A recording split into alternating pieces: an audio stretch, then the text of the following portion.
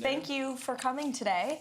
It's great to be with you. This is our first official influencer briefing here at the White House. I want to thank you all so much for joining us on what is day 99 of the Trump administration.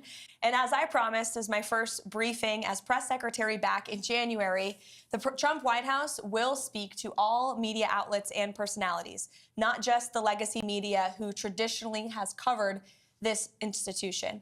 Tens of millions of Americans are now turning to social media and independent media outlets to consume their news.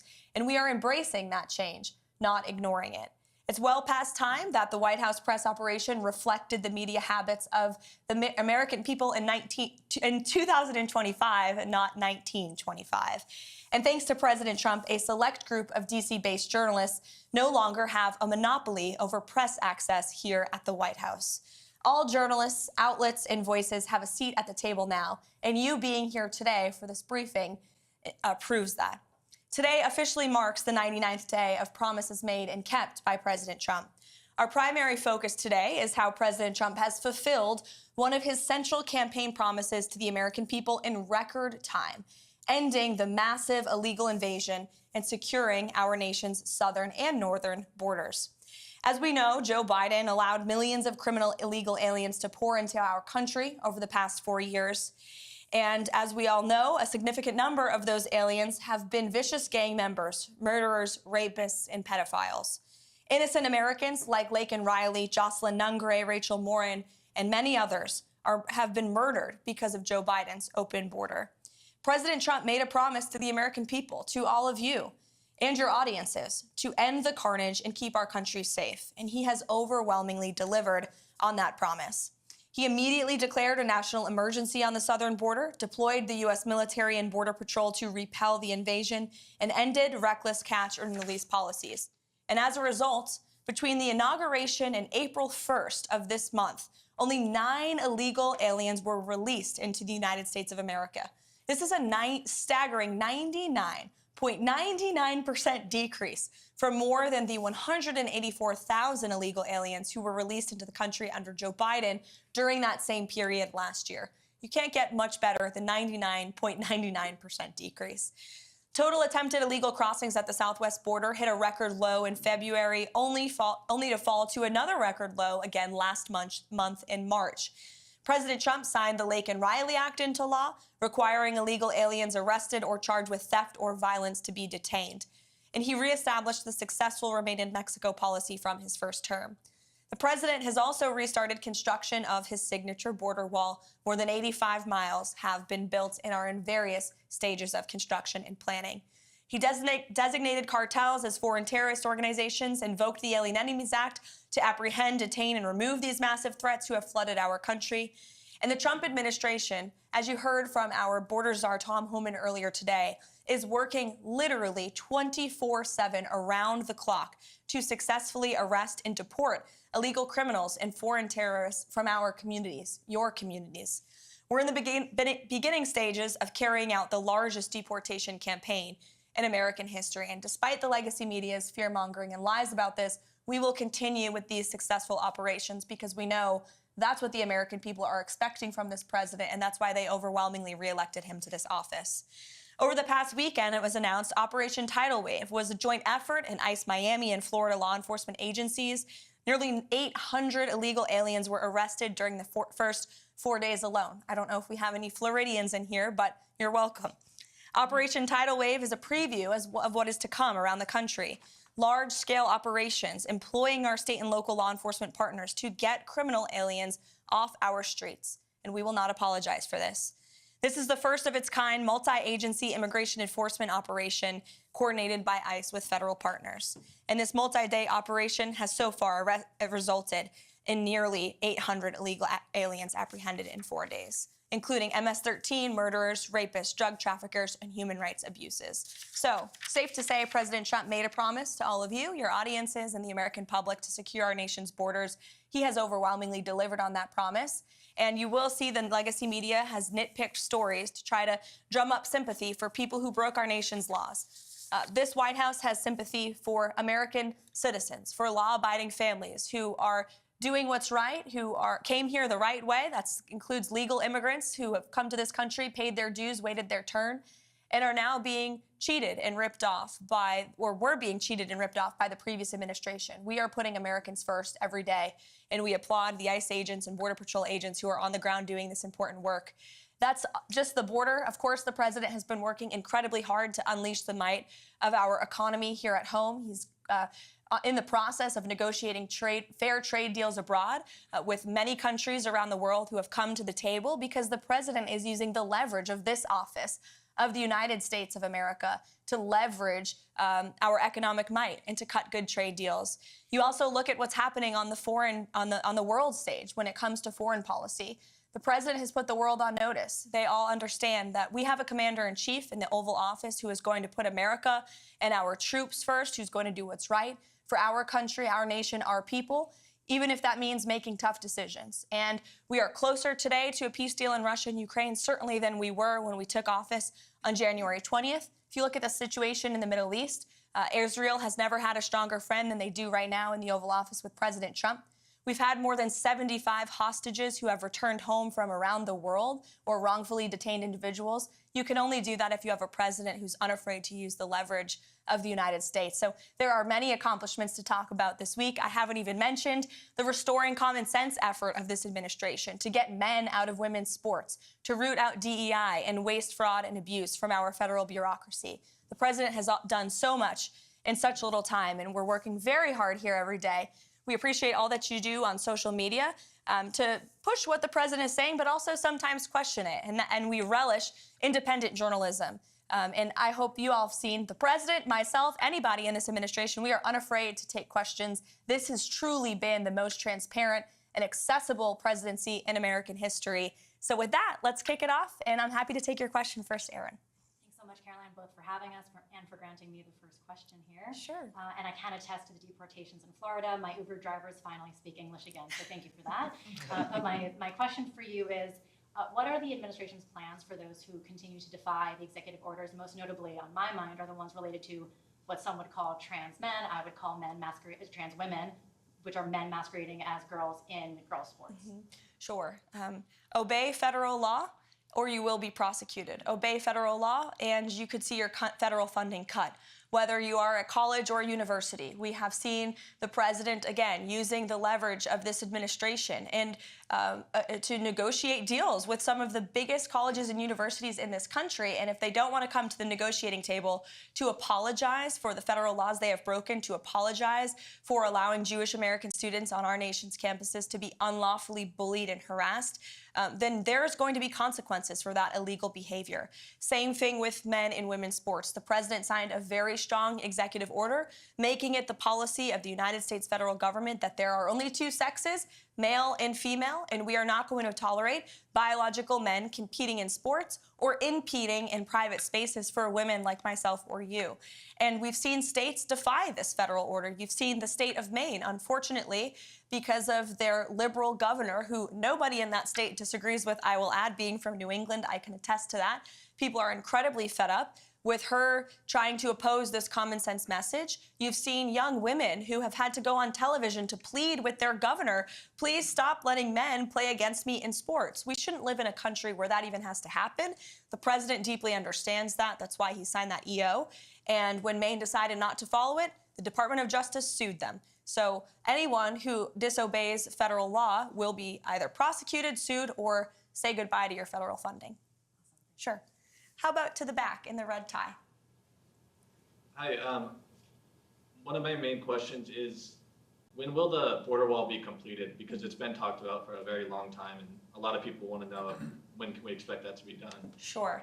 I don't have an official timeline for you, but certainly it's a priority of the administration. The president has talked about this for years, right? It was his signature campaign promise dating back to 2016. People laughed at him when he originally brought this idea up, but now the whole world recognizes a border wall is effective. It's a necessary means to secure your nation's territorial borders. Democrats like to have borders outside of their homes, or walls outside of their homes, for a reason, because they know it repels invaders. And that's why the president wants to do that at the southern border.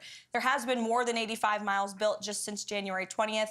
It's obviously the goal of this administration to build as much border wall as we possibly can.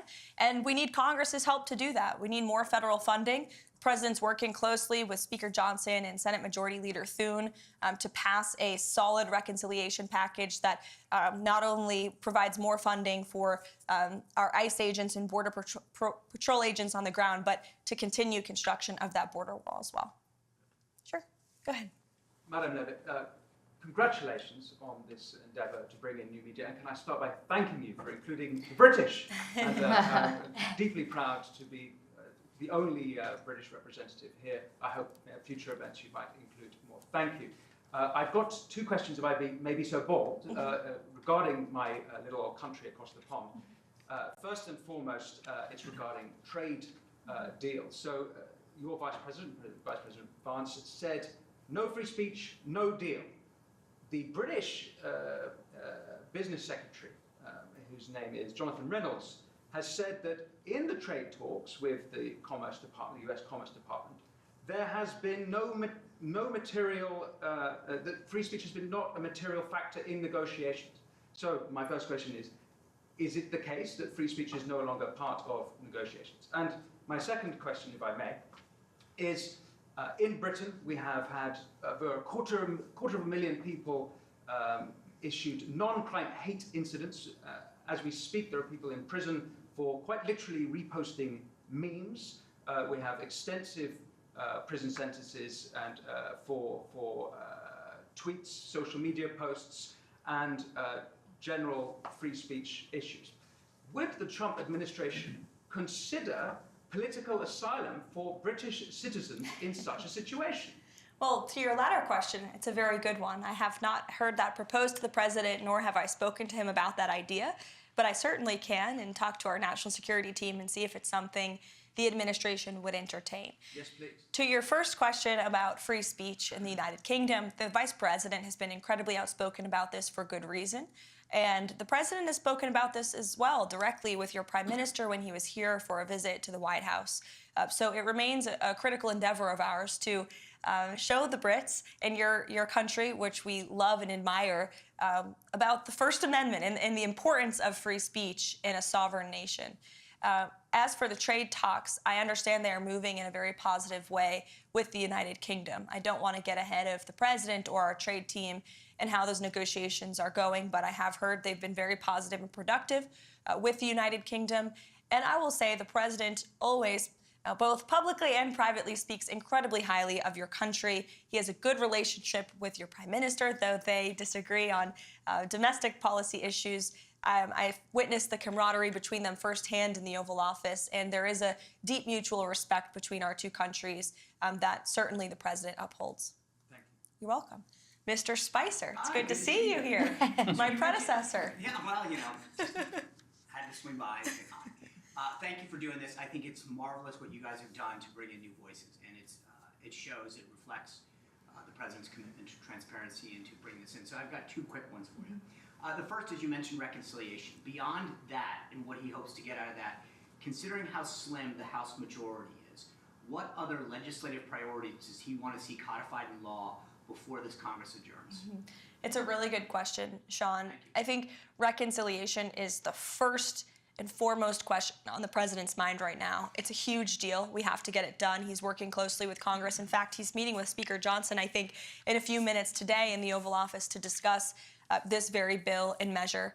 Aside from reconciliation, which we hope and are very confident will include more funding for border wall construction and mass deportations, as I mentioned earlier, but it's also very important that we get tax cuts passed. That is the second step in the Trump economic agenda. The president has used every executive lever he can to slash burdensome regulation, and we continue to do that every day across every agency. Administrator Zeldin is doing a fantastic job at the EPA, I may add, but every cabinet secretary is taking getting rid of regulation very seriously. The president is certainly working on unleashing American energy to drive down costs, but tax cuts are a critical component of really seeing the Trump economic formula be put together. So he wants to see tax cuts passed in this reconciliation package. That includes no tax on tips, no tax on Social Security, no tax on overtime, no tax on Social Security for our seniors, of course, too. As for other measures that would be codified into law, certainly we've seen the president put forth common sense executive orders and take really common sense executive action that we would love Congress to take further action on to ensure that the president's executive actions can remain long after his tenure. So you don't have another president come in here in 8 years and undo some of the executive work that the president has worked so hard on. So we want Congress to continue getting to work, but we got to get this reconciliation bill passed first. Thank you. The second thing I have is just a question I get a lot, and I figured it's best to address to you. You've done a phenomenal job opening up the briefing room, bringing in new voices. The president's commitment during the campaign to do long-form podcasts was, I think, extremely helpful to this new media environment that we live in. But a lot of conservatives will ask me, why does he sit down with people like Terry Moran of ABC or Jeffrey Goldberg of The Atlantic? What is the rationale behind that, rewarding people who have very vehemently expressed disdain for him personally?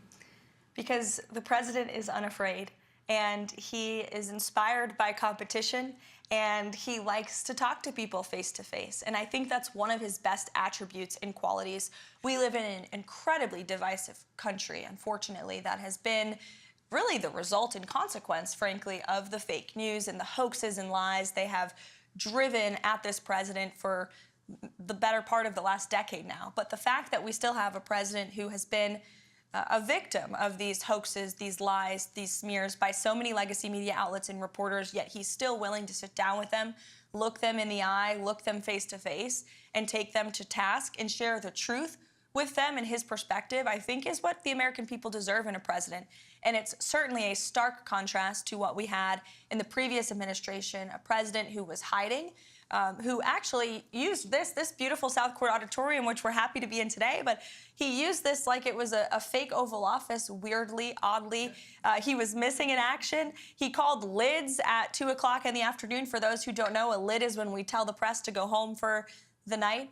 And he was doing that midday. That is not acceptable around here. I will tell you, we're working very early through the very late hours of the night. And the president's willing to talk to anyone, not just journalists who have really been posing as journalists but are actually left-wing activists, but also if you look at our adversaries and our competition abroad on a foreign policy scale, you know well in the first term, he went to North Korea. He talked to Putin directly. He talked to President Xi directly. The president believes in direct diplomacy, whether it is our adversaries and competitors around the world or left-wing activists like Jeffrey Goldberg. Sure, Emily. First of all, thank you for having us today. It's a pleasure to be here. You mentioned, obviously, it's no secret, America has been Israel's strongest friend, greatest ally. Unfortunately, as you know, Idan Alexander is still being held in Gaza. He's both an American and an Israeli citizen. Last we heard, allegedly, Hamas has lost all communication with him. And I was wondering if there's been any update in terms of getting Idan home. Sure. First of all, the reports last week were from Hamas media, and so we always take that, of course, with a grain of salt. We do our own verification on those reports. I talked to the National Security Council about Idan Alexander last week, as this is obviously a priority for the administration, and all I can tell you is that I can assure you that the Special Envoy Witkoff, Adam Bowler, who's been leading some of our hostage negotiations, Mike Waltz, the entire national security team, finding him and bringing him home is a priority for this administration, and they continue to work very hard on that every day. Thank you. You're welcome. Chad. First of all, thank you for the hospitality, always open and welcome, and thank you for the access. And I'll say to you again, for everyone, what I said to you a few weeks ago when we were here. I said it's so refreshing to have a press secretary after the last few years who's both intelligent and articulate. So thank you for that. I think that a lot of people would be curious to know if we have any details of what the private conversation between Volodymyr Zelensky and the president was there at the Vatican. I imagine that we don't know at this stage of the game, but more specifically, back to the border issue, the DOJ stated on Friday that they were floating the idea of potentially subpoenaing journalists to get access to whistleblowers. We know the last administration did not treat whistleblowers very well. There's numerous ones who all those still employed by the FBI or the DHS have not received back pay and haven't truly, they've been employed, but they're not reinstated. So I'm wondering, does this administration have, do they believe that we should reinstate the whistleblower, like Agents Garrett or O'Boyle or Friend or, Stevenson with DHS, who blew the whistle on the child trafficking involving the cartels under Joe Biden? He too is yet to be brought back. Do we have a position on that? Sure. Well, for each individual agency, the secretaries of those agencies obviously have deference over who they hire, who they fire, who they promote. I can tell you certainly the president commends anyone who steps out and speaks the truth, especially against the malpractice that we saw over the last 4 years under the previous administration. I could speak to the two cases at the Treasury Department. The two whistleblowers there who blew the whistle on the Hunter Biden tax fraud case have been promoted by Secretary Bessent. So certainly we commend anyone who has the courage to step up and speak the truth. And as for those who unfortunately try to leak, especially classified information to the legacy media to put our troops in harm's way, our law enforcement officials at harm's way, leaks like that will not be tolerated. But those who are seeking to protect the truth will certainly be commended and applauded for that. Sure. Rogan, go ahead. Hi, Caroline. Good to see you again. Great to see you as well. Great job this morning, and as always, you're really crushing it. My question is about the Epstein Files. And a couple months ago, the DOJ released what they called Phase 1 of the Epstein Files, and they announced that a lot of those files, the remaining files, probably the bulk of the files, are actually in the New York field office. They requested that they be returned the day after, and some legacy media reports show that not only were those files returned to the DOJ, but that hundreds of FBI agents are going through them day after day and getting them ready for public release. Do you have any updates from the DOJ or the FBI on when those files are expected to be released, and also when we might start seeing some arrests of the client list? Sure. I can assure you that the Attorney General and her team at the Department of Justice are working on this diligently. For a specific timeline, I'd have to check in with them, and we can certainly do that for you, Rogan, in the effort of transparency. But I will tell you, the Attorney General is a bulldog. She is someone you want on your team, and when she wants to get something done, she gets it done. I've seen her do it in various instances already in her time as Attorney General, and when she makes a promise, she keeps it. So I think I don't have a specific timeline on you for that, but I do know that they're working on it over there. Thank you. Sure. Go ahead. Thank you for having us here. I've noticed, this is kind of like a repeat of 2016, the legacy media has gone back to not reporting anything on President Trump. In the beginning, we had them reporting everything that he was doing. Now they're kind of going back again to not reporting everything that he is actually doing. I'm kind of the nerd when it comes to reporting. I'm not the headline news girl. I'm the nuts and bolts. I'm the policy type nerd. So what direction do you advise kind of me to go into, like the White House files that y'all send out every single day? Yeah. Because that's what people are used to when they want to ask me questions. They want to know kind of like the nuts and bolts of everything. Secondly, I know going into the first 100 days, Johnson's meeting with President Trump today. President Trump has issued a lot of executive orders. What about codifying? Is that going to be a conversation President Trump is going to have with him about possibly a timeline of just taking them from EOs into codifying them, into making them permanent, so we don't have another president that comes in, possibly a Democrat, that completely overturns everything that President Trump has done? Yes, as I spoke to Sean's question earlier, absolutely. We want Congress to get to work. First thing is the reconciliation package, like I said, border and tax cuts. That's on the president's mind. But of course, he wants to see Congress move to codify all of the incredible things and work that he's done via executive order.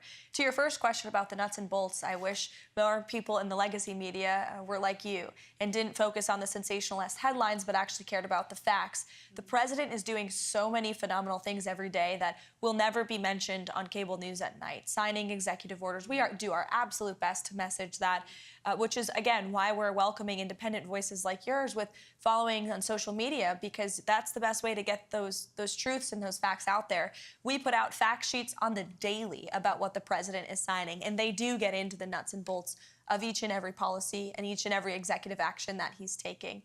He's signing 3 phenomenal executive orders today. I will share a preview with those with you on those. One of them is an executive order focused on sanctuary cities. It will direct the Attorney General, Pam Bondi, to provide a list of sanctuary cities back to the administration. We will review those. If those sanctuary cities are breaking federal law, well, then the Office of Management and Budget is going to look at their federal spending. Again, if you're defying federal law, you are threatening your own federal spending by doing that. There is another executive order the president will sign tonight. We can provide the fact sheet for you on ensuring law and order and ensuring that federal law enforcement and local law enforcement can work together and communicate more easily. And then the third executive order, which actually speaks to the heart of your question earlier about the Uber drivers, will be a order directing the Department of Transportation to include English literacy tests for our truckers. This is a big problem in the trucking community that, unless you're in that community, you might not know. But there's a lot of communication problems between truckers on the road with federal officials and local officials as well, which obviously is a public safety risk. So we're going to ensure that our truckers, who are the backbone of our economy, are all able to speak English. That's a very common sense policy in the United States of America. So the president will be signing that later this afternoon. Yeah, you're welcome. To the back in the yellow tie. Thank you, Caroline. President Trump has recently made statements about eliminating the federal income tax and creating the External Revenue Service. When could we see that start to play out? Well, I will tell you, this is something the Secretary of Commerce and the Secretary of Treasury are both equally as excited about, as is the president. And, you know, there's many reasons for the tariffs the president has implemented and the trade deals that he is currently negotiating. Number one, we need to shore up our critical supply chains here at home. Number two, we need to increase our revenue here in the United States. We are running trillions of dollars of deficits. Our country will cripple if we continue down this path. And so how great it would be for the external revenue to completely replace the Internal Revenue Service. So I know the administration is focused on the External Revenue Service, getting that up and running. And as you know, Customs and Border Protection is charged with bringing in the money from tariffs every day, and they are bringing in billions and billions of dollars per day with the current tariff rates and where they are at. So we will continue with that effort. I think I went around the room. Oh, no, one more in the back. All good. So we know President Trump has been a champion for the 2A ever since he got into office, both times. My question is, do we see anything, is there any ongoing efforts for national reciprocity so we can carry in all 50 beautiful states? This is something the president talked about on the campaign trail for sure. We need Congress to do it. But the president will always support our law-abiding gun owners, and as you mentioned, is a ardent supporter of the Second Amendment. It's more important now than ever as we see violent crime rates in our inner cities. I've said this repeatedly over the past 4 years. The Second Amendment was never more important than when we had an illegal immigrant crime epidemic spiking in this country. Law-abiding Americans have a constitutional right to defend themselves, and the president absolutely supports that. But to national reciprocity, we do need Congress's help on that one. So thank you, guys. It's so good to see you. I could go around the room all day, but unfortunately, there's work to be done. Thank you for coming to our very first influencer briefing to kick off the first 100 days of the Trump White House. It's great to see you all here, and thanks for what you do. Thank you.